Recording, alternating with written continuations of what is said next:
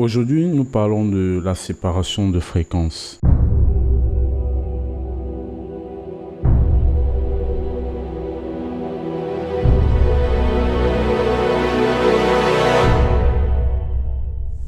My name is Stéphane Fabrice, bienvenue encore dans ce nouveau tuto sur Photoshop. Nous avons comme pour modèle aujourd'hui l'artiste béninoise Queen Fumi. Je ne sais pas si je prononce très bien, mais c'est elle que nous avons pour modèle aujourd'hui. À la base, cette photo a été recadrée dans le logiciel Capture One que voici. Je vais vous montrer la photo. Si je fais un clic droit, je fais une nouvelle variante. On obtient ceci. Voici la photo initiale. Ce que nous allons faire premièrement, nous allons dupliquer notre calque x2. Le premier calque, nous allons le nommer ton. Le second calque, nous allons le nommer texture. Qu'est-ce que je vais faire? Je vais fermer l'œil de mon premier calque afin d'appliquer sur mon calque ton un filtre qu'on appelle flou gaussien. Excusez-moi pour mon interface parce qu'il est en anglais. Donc je vais essayer de traduire de temps en temps au fur et à mesure que nous avancions. Flou gaussien. Allez à 0 pour pouvoir vous montrer un peu. Vous allez voir, nous avons un écran de visualisation ici qui apparaît juste à côté que voici. Ne regardez pas l'image initiale, regardez au niveau de l'écran de visualisation. Ce qui est bien souvent, c'est j'aime bien soit mettre au niveau des yeux ou soit au niveau des lèvres pour qu'on puisse vraiment distinguer. Je vais monter juste mon flou. Je le monte à 4, je vois que mon image devient déjà un peu floue.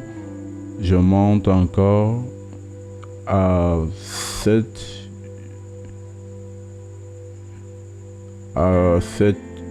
Ok, je vais aller à 8. Pour moi, 8, ça me va parce que je peux distinguer encore les lèvres, je peux encore distinguer le nez, je peux distinguer les yeux. Donc, je peux encore voir les détails qui sont appliqués sur les détails de mon sujet. Je vais cliquer OK. Je vais ouvrir mon calque texture. Je vais aller sur image, appliquer l'image. Je vais aller sur le calque ton pour pouvoir sélectionner mon calque ton et aller sur les blending mode, les modes appliquer soustraction, subtract. Je ne sais pas si je prononce très bien, mais en français ça veut dire soustraire. Je vais appliquer. Vérifiez toujours que votre opacité est à 100% et votre échelle est à 2, offset à 128 et je vais valider.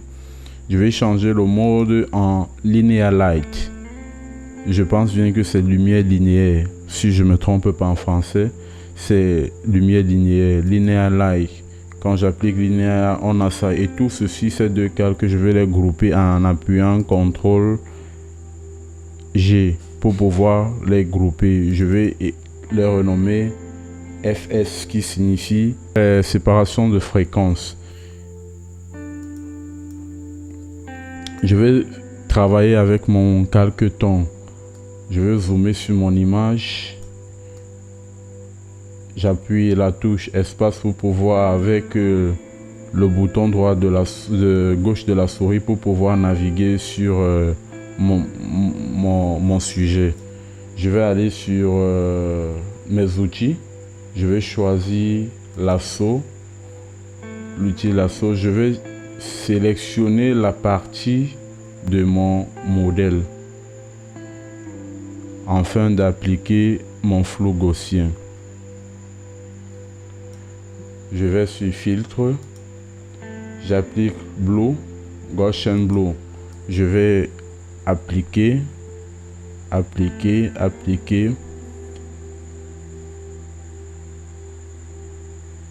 Pour moi, je trouve que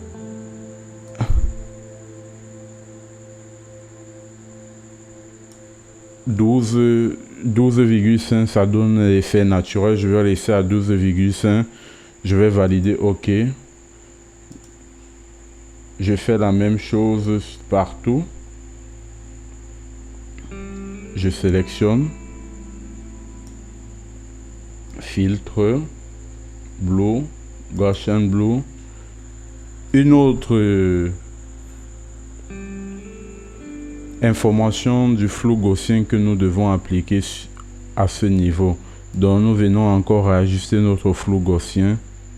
Pour moi, je trouve que là, à 4, ça me va. Je valide OK. Je vais travailler avec cette partie du visage. Je vais sélectionner. Il faudrait bien prendre le temps.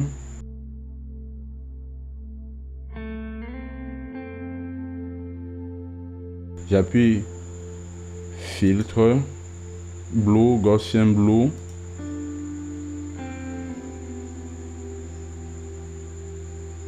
Je vais augmenter juste un peu. Je vais aller à... Ouais, je crois bien, 5, c'est parfait. Je vais à 6. Voilà, 6 c'est parfait. J'appuie OK. Je fais la même chose partout. Je vous reprends juste après.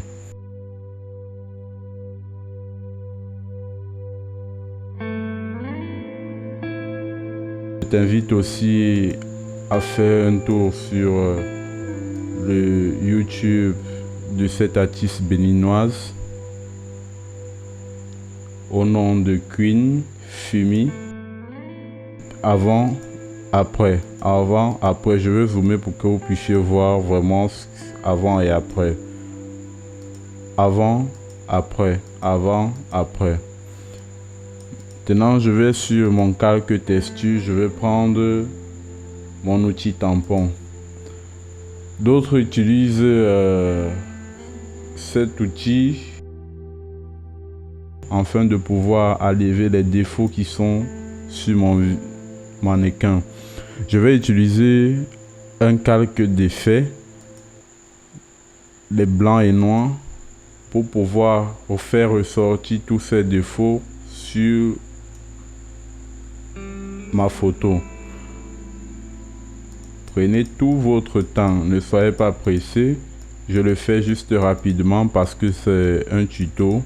Je t'invite à t'abonner, toi qui n'es pas encore abonné, à mes pages Instagram, Facebook, YouTube. Je profite aussi pour dire que cette vidéo, je la dédie à mon confrère depuis le Bénin, pour lui montrer un peu ma technique à moi, comment je fais pour retoucher mes photos.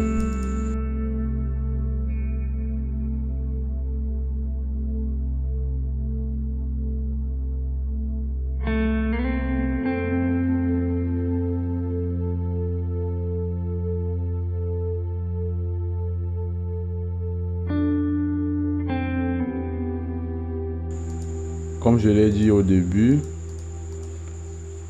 c'est un tuto, je veux pas qu'il mette assez de temps.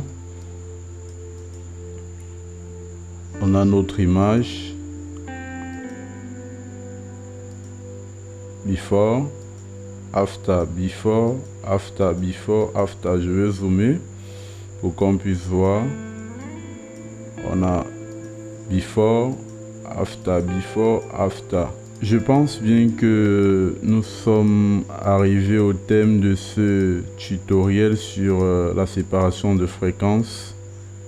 Si vous qui me suivez, vous avez une question, n'hésitez pas d'écrire en commentaire ou de m'écrire personnellement aux adresses que vous trouverez dans la description. Pour toi qui regarde cette vidéo et tu ne t'es pas encore abonné, abonne-toi et n'oublie pas d'activer la cloche de notification pour être notifié de toutes les vidéos qui vont être postées sur cette chaîne. Parvenir au thème de notre tutoriel, je vous présente un peu la photo finale après notre technique de séparation de fréquences. Merci, je vous reviens sur une nouvelle vidéo où on va voir comment donner une autre fréquence à notre image avec la technique qu'on appelle Dodge en brun. Je vous aime, portez-vous bien, restez chez vous.